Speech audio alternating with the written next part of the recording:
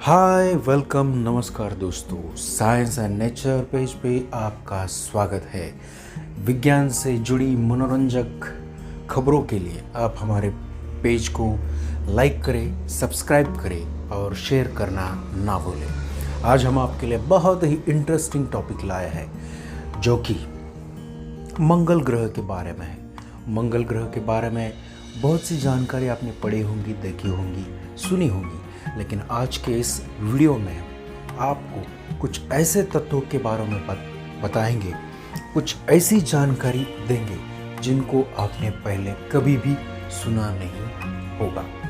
वैसे तो पूरे विश्व में, ब्रह्मांड में और हमारे सौर मंडल में अनगिनत ग्रह तारे हैं, लेकिन पृथ्वी से मिलता जुलता, हमारे प्लैनेट से मिलता जुलता अगर कोई ग्रह है तो इकलौता मंगल ग्रह ही है। और ये मंगल ग्रह हमें इंसानों को, साइंटिस्टों को, स्पेस एजेंसियों को अब से नहीं, लगभग 1976 से अपनी तरफ आकर्षित करता आ रहा है। 1976 में वाइकिंग 1 और वाइकिंग 2 जैसे स्पेस मिशन सक्सेसफुल हुए और जिन्होंने मंगल ग्रह की पहली तस्वीर खींचकर पृथ्वी पर भेजी। तभी हमें पता चला कि मंगल ग्रह लगभग बहुत सी स्थितियों में पृथ्वी से लगभग मिलता जुलता है। बहुत सी सिमिलरिटी इन दोनों प्लैनेट के बीच में पाई जाती है और वह पृथ्वी से नज़दीक भी है। तो चलिए आज के इस वीडियो में जानते हैं कुछ हैरत अंगेज, अनसुने, अनबल फैक्ट्स को मंगल ग्रह के बारे में। दुनिया भर की स्पेस एजेंसियों का मंगल ग्रह के प्रति इतना आकर्षण क्यों है, इसका उत्तर देता हूँ। नासा की माने तो मंगल ग्रह सौरमंडल के बाकी के ग्रहों के मुकाबले ज़्यादा एक्सेसिबल है क्योंकि वो पृथ्वी से नज़दीक है। साथ ही उसकी रचनाएं काफ़ी हद तक पृथ्वी से मिलती जुलती है। उसकी बनावट, एटमॉस्फेयर लगभग पृथ्वी से मिलता जुलता है।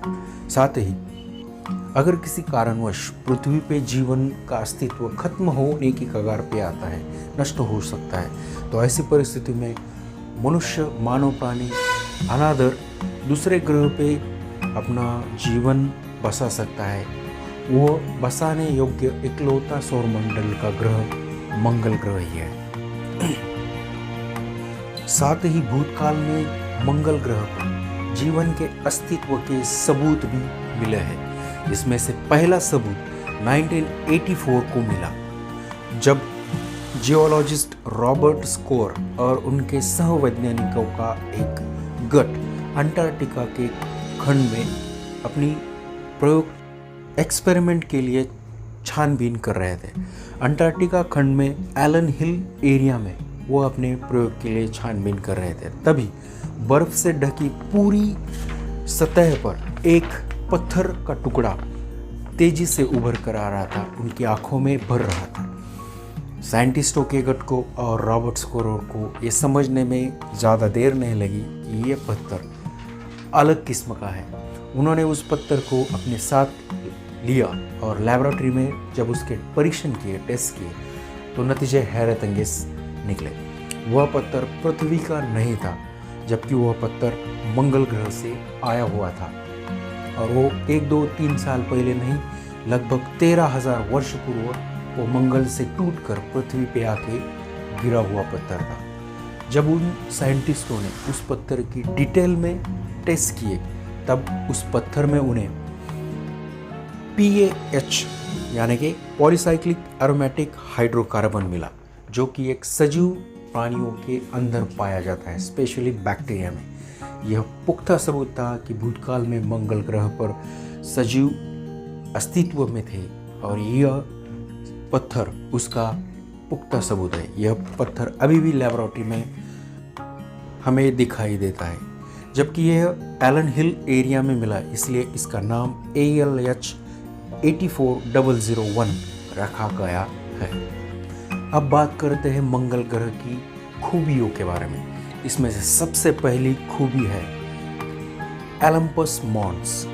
यह एक ज्वालामुखीय पर्वत है। लगभग इसकी ऊंचाई 26 किलोमीटर है और ये 602 किलोमीटर तक फैला हुआ है। विश्व के ब्रह्मांड के ज्ञात ज्वालामुखीय पर्वतों में ये सबसे बड़ा ज्वालामुखीय पर्वत है और यह अभी सुप्त है या जागृत अवस्था में है, इसके बारे में ठोस सबूत हमें मिले नहीं है। लेकिन ये बहुत ही इंटरेस्टिंग, दिलचस्प दिखाई देता है जब हम इसे ऑर्बिट से देखते हैं। दूसरी इंटरेस्टिंग बात है, मंगल ग्रह पर पाई गई 3 खारी पानी की झीलें।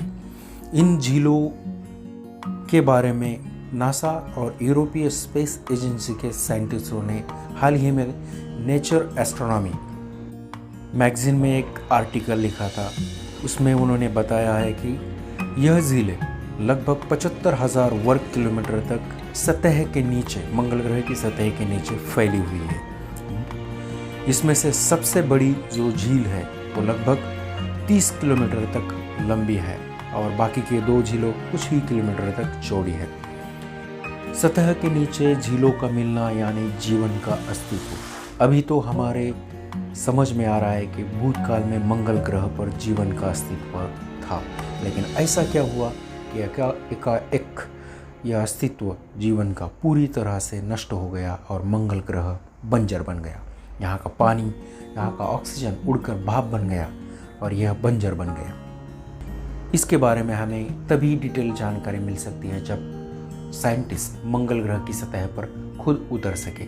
लेकिन प्रेजेंट सिचुएशन में साइंटिस्ट मंगल ग्रह की सतह पर उतर नहीं सकते क्योंकि यहाँ पे ऑक्सीजन का पूरी तरह अभाव है। ओनली 0.14% ही ऑक्सीजन है। सारा ऑक्सीजन मंगल ग्रह के फेरस के साथ रिएक्ट होकर फेरस ऑक्साइड में तब्दील होकर नष्ट हो चुका है, खत्म हो चुका है।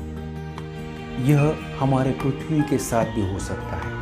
अगर हमारे पृथ्वी के ऊपर की सभी पर्यावरण, पेड़ नष्ट हो गए तो ऑक्सीजन का प्रोडक्शन स्टॉप हो जाएगा और जो कुछ बचा कुछ ऑक्सीजन है वह लोह के साथ रिएक्ट होकर फेरस ऑक्साइड में तब्दील हो जाएगा और पृथ्वी भी मंगल ग्रह की तरह लाल दिखाई दे पड़ेगी। सो फ्रेंड्स, हमें अपने पेड़ों को बचाना ही नहीं और बढ़ाना भी है, तभी हम अपने ग्रीन प्लैनेट को बचा सकते हैं। मंगल ग्रह की तीसरी इंटरेस्टिंग हैरतअंगेज रचना जो है उसका नाम है वेल्स मैरिनेरिस।